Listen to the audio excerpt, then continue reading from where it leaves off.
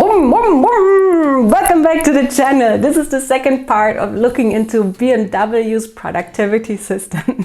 And of course, to apply some of the productivity systems, you don't need to start producing cars or engines.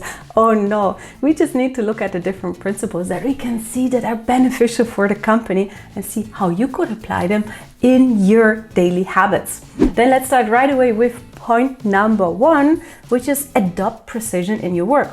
For example, try clear planning, use high standards, or have attention to detail, because precision, it already increases quality.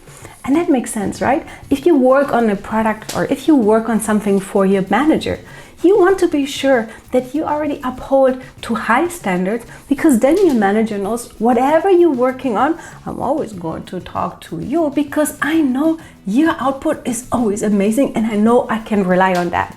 This means, for example, whenever you have something ready, instead of just dumping it onto somebody else, say, yeah, it's done. Always have some time. Pay attention to the detail. For example, does the product that does the work that I'm handing over to somebody reflect what I stand for? Does it have a user friendliness? Does the person can easily understand what I'm trying to say? Is it visually clear what I'm trying to say? Can the person easily understand with one view what my message is about, what the output is about? You can see there are a lot of different questions, but mainly is when you hand something over, ask yourself, is this already helpful? Can I fine-tune something? And here, looking at the aspect of precision helps you to develop high quality output depending on whatever you're working on. But again, here, look at the details. Do they add value to your viewer? Point number 2, focus on performance. This means specifically ask yourself, what improves my output? Or what slows me down? Because performance, it shapes decisions. Of course, it's very easy, because if somebody knows that you have always good output, you know this person always delivers on due date and makes sure that everything is well executed. Of course, people are more likely to come to you instead of, if you're not delivering any of those things, they might ask themselves, I think there is a huge risk if I were to go to that person because I don't know what I'm getting. So you can see here, literally, a performance, it shapes decision.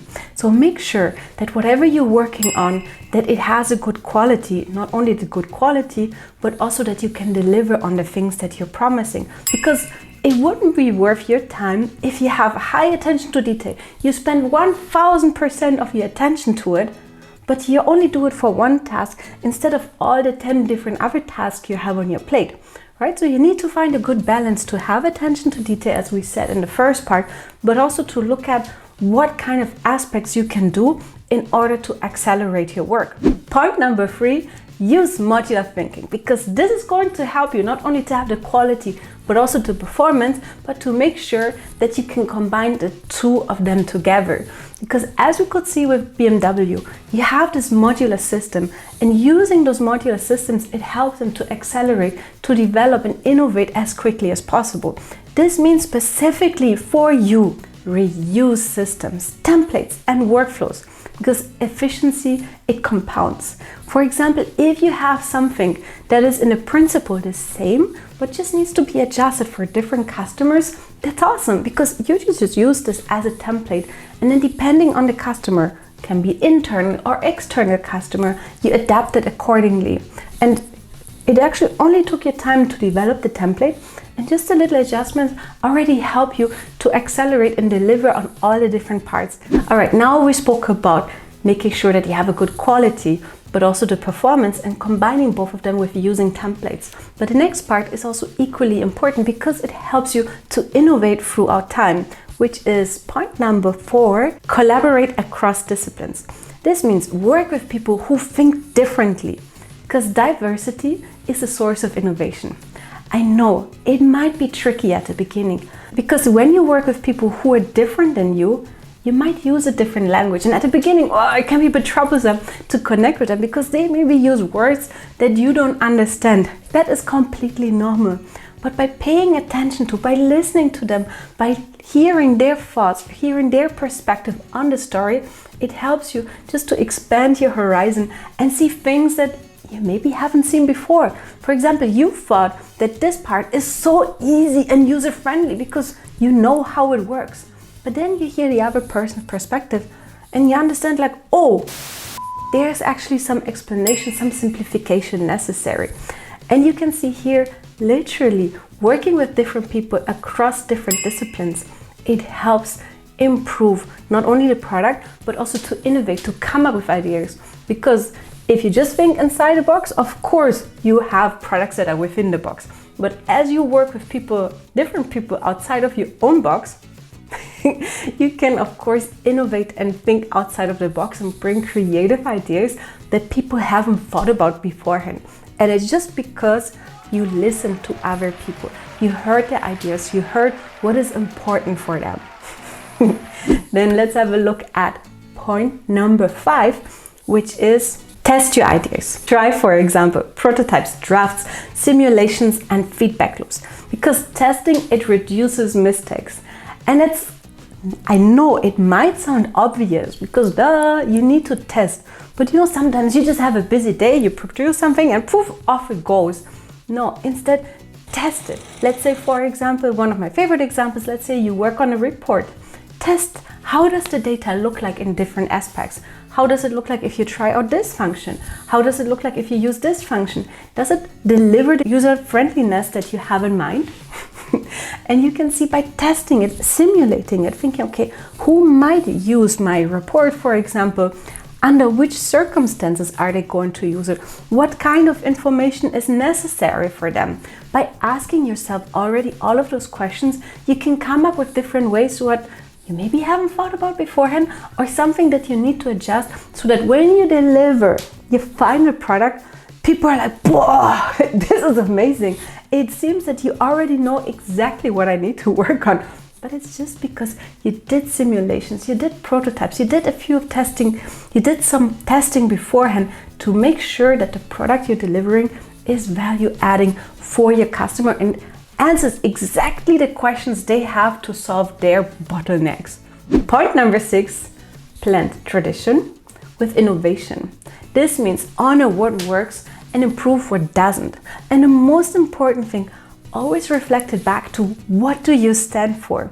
As we could see in the example of BMW, they used their philosophy, the ultimate machine, as sort of a compass in order to guide the decisions.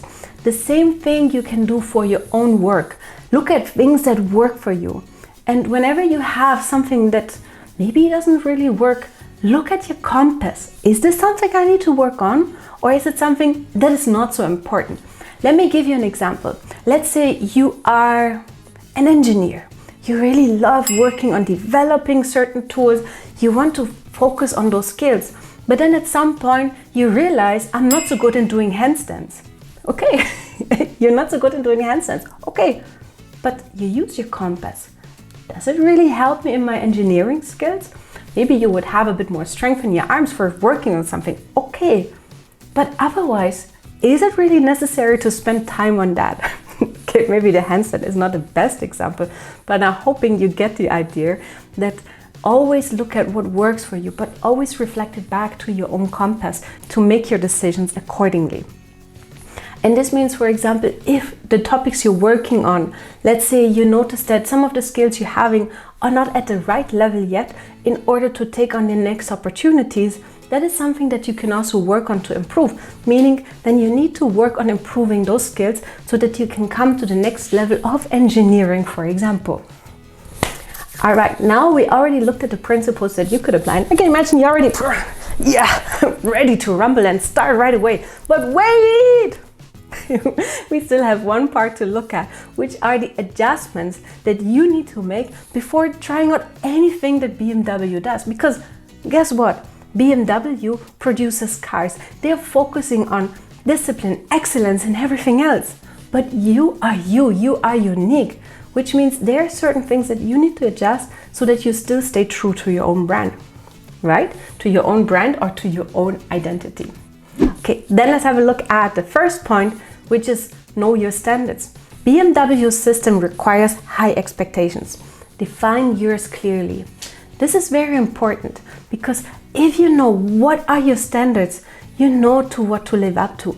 And something very important, because if you know what you want to deliver, but maybe you're delivering here, okay, you know you need to adjust it. But if you think BMW is, let's see if I still fit on the screen, yes, so high, and you want to reach it, but you don't have yet the strength to do it, of course, if you aim for it, it will be very difficult. So really think about it as define your own standards, define what is important for you, define what you want to achieve and also how you can achieve it, what is your current level. Which brings me already to the second adjustment, which is about build discipline gradually. Engineering excellence, it takes time. As you could see again with those high standards, of course sometimes it's difficult to quickly jump up. But as you build it up gradually, over time, you will see step by step, you reach the level that you're aiming for. And the same thing applies in your own life. So again, think of building everything up step by step, gradually. Of course, no champion, no winner is born like this. No, it's because of the daily actions they take, the regular actions, the consistency they have throughout their life. Adjustment number 3, avoid perfectionism. This is very important because precision is good, but paralysis is not. And the very important thing is that balance matters, because as you work on something and you want to have the perfect product, you spend hours working on it here and there, and you're always thinking, I think this is not perfect, this is not perfect. Replace it instead with excellence, which means specifically when you're working on something, just aim at improving one thing. Be better than you were beforehand. And as you make those step by step improvements, you see again, you reach those higher standards. And what do I mean specifically with excellence? Never expect to have something that is perfect, because guess what? There's nothing such as a perfect product or a perfect outcome, because there are always so many different opinions. Yeah, literally so many different people have many different opinions that you cannot control. That's why focus on being better, always improving with every action that you take instead of having the perfect solution. Adjustment number 4, which is align your system with your identity. BMW's system works because it matches their mission. Your system must match yours. That's something we said a few minutes ago, right? BMW focuses on producing the ultimate machine. But guess what? I'm Luise Schneiting, you are you, and you are unique in your own way. This means you don't need to start building up a car manufacturing empire. Oh no! Look at what do you stand for? What is your identity? Where do you have potential in? And just seize that and build a routine around it that just, you see, supports the potential that you have, the identity that you have, the identity that you want to build up. Okay, that's the BMW's productivity system. It's precise, disciplined, performance-driven, and built on the belief that excellence is a habit. But the real lesson isn't about engineer like BMW or produce luxury cars. Oh no. The very important thing is that the system you put in place, it should reflect your identity. The daily actions you're taking, it should support the future version of yourself that you're trying to build. And of course, build the craftsmanship that you are representing for yourself. Let me know in the comments which points you like and which points you maybe want to hear more of. I'm curious to hear from you. And remember to be unstoppable! Subscribe to the channel and speak to you soon!